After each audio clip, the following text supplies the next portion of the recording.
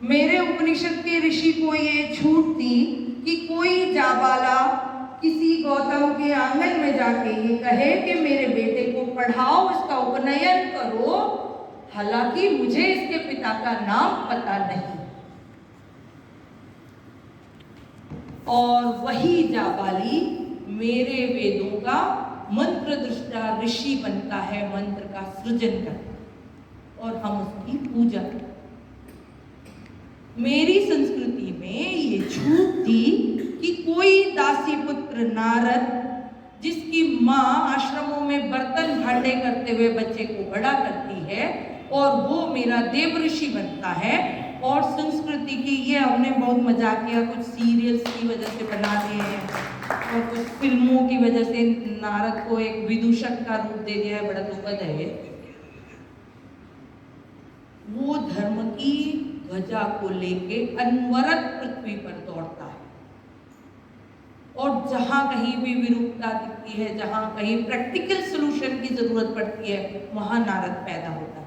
वो नारद का सिख, लेकिन हमारा देव ऋषि। ये मेरी संस्कृति की खूबी है कि हम स्वीकार करते हैं और हमने स्वीकार करना सीखा और इसी से समाज बना है। जो आधुनिक चिंतक जो शुरुआत में रहे, उन्होंने बार बार ये कहा कि भारत की पूजा पद्धति व्यक्तिगत पूजा पद्धति है, क्योंकि वहाँ व्यक्तिगत मोक्ष के लिए पूजा की जाती है, उपासना की जाती है, इसलिए हम व्यक्तिगत समाज। वो भाई साहब ये भूल गए कि हमारा जो आश्रम पद्धति थी उसमें जीवन का 1/2 हिस्सा आदमी समाज के बीच में गुजारता। ब्रह्मचर्य वह गुरु के घर में गुजारता है। एक राजा का बेटा और सुदामा दोनों साथ में पढ़ते हैं। वहां शकुंतला को भी आश्रम में बैठ के पढ़ने की छूट है। वहां लोपामुद्रा अगस्त को दीक्षा देती है अपने पति को। ये हम वो समाज।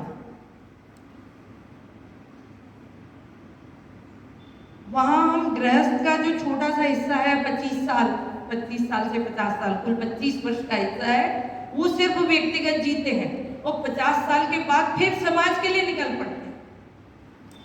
और जब 75 साल की उम्र में हमारी सारी शक्तियां छूटने लगती हैं, तब हम व्यक्तिगत साधना के लिए, मोक्ष के लिए अग्रसर होते हैं। इसलिए हम व्यक्तिगत उपासना पद्धति वाले लोग नहीं हैं। हम संगच्छध्वम संवदध्वम वाले लोग हैं। हम वो लोग हैं जो पड़ोस की फिक्र करते हैं। कुल देवी की पूजा करते हुए कुल का दिया देखने के लिए वो आदमी भी जाता है जिसके यहाँ पिछले साल चूड़ा चला था।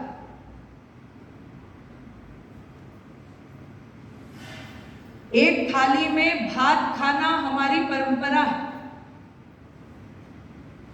ताकि हम साथ रह सकें, कुल के रूप में, कुटुंब के रूप में और एकजुट शक्ति के रूप में। एकाकी परिवार, छोटे परिवार हमारी परिकल्पना नहीं है, लेकिन छूटे हैं उसमें। एक बड़े कुटुंब की बहू सीता को उसके पति के साथ जाने की अनुमति मिलती है।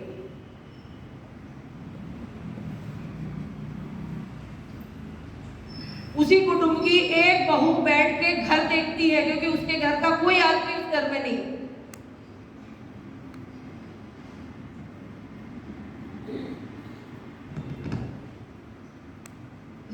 ये वो समाज है जो सीता की मर्यादा रक्षण के लिए 2 बच्चों को प्रशिक्षित करके राजा के सामने खड़ा करता है।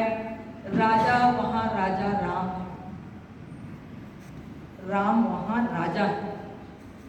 मर्यादा पुरुषोत्तम उसके महलों के भीतर से सकता है। सीता के सोने की मूर्ति बना के उसका हर बार सम्मान प्रमाणित करता है, लेकिन राजा के सामने उसका मान प्रमाणित करने के लिए 2 बच्चे प्रशिक्षित किए जाते हैं। और अंत में सीता का स्वाभिमान ही जीतता है। एक औरत होने के नाते मैं फिर बार बार कहूंगी, वहां राजा हारता है और सीता अस्वीकार कर देती है राज अस्मिता को, प्रजा के वक्तव्य को। आज भी हम सीता को मां कहते हैं। हम वो संस्कृति, यदि मध्यकालीन अंधेरा पूरी दुनिया में आया था, आपके यहाँ भी आया था और हमारे यहाँ भी आया था, लेकिन हमारे यहाँ दिए चारों दिशाओं से उठे। आदि शंकराचार्य कालड़ी से लेके उठे, तो भक्ति आंदोलन वृंदावन में भी काम कर रहा था।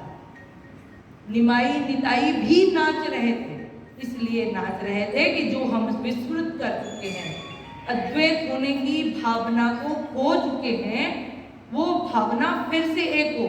और वहां कोई विरोध नहीं है। मीरा नाच रही थी तो निमाई भी नाच रहा था, और वो सब आज हमारे पास एक प्लेटफॉर्म पर, एक मंच पर बैठे हुए हैं। इसलिए हम एक संयुक्त समाज, एक संयुक्त संस्कृति है। 8 साल का बच्चा आदि शंकर अपने घर से क्या पता किस धुन में निकलता। उस युग की कल्पना कीजिए कि जहां संचार का कोई साधन नहीं है। उस युग में भारत के चारों कोनों पर खूंटा बांध के हमको घेर देता है और एक कर देता है। मात्र 32 साल की आयु, इतनी तीक्ष्ण मेधा के उत्तराधिकारी हैं हम। निराश होने की कोई बात नहीं है। इस समाज ने, इस संस्कृति ने, क्योंकि हमारे यहाँ समाज, संस्कृति, धर्म, कर्तव्य, ये सब अलग अलग चीजें नहीं है, एक दूसरे के पूरक है। मतलब हम लोग एक सहस्त्र कमल है कि जहाँ ये सब छोटी छोटी पंखुड़ियां हैं। हमने बहुत विरोध झेले हैं, बहुत प्रतिघात झेले हैं, हमारे भीतर से अंतर विरोध आए। हमारे यहाँ कुमारी भट्ट भी आया और हमारे यहाँ मंडन मिश्र भी थे और आदिशंकर भी थे, एक ही समय में थे, और वो चरम प्रतिरोध का युग था। और जब वो उसका सार हमारे सामने आया तो बहुत अमृत बटाव था। तो इसलिए तर्क से मत घबराइए, बदलते युगों से मत घबराइए। आप अपनी आने वाली पीढ़ी में भरोसा कीजिए, बहुत तर्क युक्त है। और आपसे, हमारी पीढ़ी से और हमारे पूर्व वाली पीढ़ी से ज्यादा ईमानदार है, क्योंकि वो किसी बात को आवरण में लपेटती नहीं है। वो सीधी बात को सीधे तरीके से कहती है। यदि उसके मन में प्रश्न है कि इस मूर्ति में भगवान नहीं है, तो उसके पास हिम्मत है ये कहने की कि इस मूर्ति में भगवान नहीं है। आपकी मेधा में दम होना चाहिए, आपके पास इतना वक्त होना चाहिए कि आप अपनी पोथियों को खोल के बताएं कि हाँ बेटा, इस मूर्ति में भगवान नहीं है, लेकिन मैं क्यों इस मूर्ति के सामने झुकता हूं। उस कारण को कहने के लिए हमको कथावाचकों की जरूरत नहीं है। उसके लिए हमको पोथियों को खोलने की जरूरत है, इस तरह की संगोष्ठियों की जरूरत है, बच्चों के साथ बैठ के बात करने की जरूरत है। निराशा का युग वो युग था जहां हमने कुछ चीजें जैसी थी वैसे ही मानी। हो सकता है कि वो हमारे सांस्कृतिक पतन का था, या इतनी सारी समर्थ संस्कृतियां, समर्थ मतलब भौतिक रूप से समर्थ संस्कृतियां हम पे हावी थी। हमने कुछ चीज़ों को बचाने के लिए वैसे के वैसे ही जड़ दिए और कुछ समय चुपचाप निकाल दिया। लेकिन पुनर्जागरण के असंख्य देवता हमारे सामने है, विवेकानंद हमारे सामने है, दयानंद हमारे सामने है, जिन्होंने हमारी किताबों को फिर से खोला और एक आंधी की तरह हम फिर से वापस आए।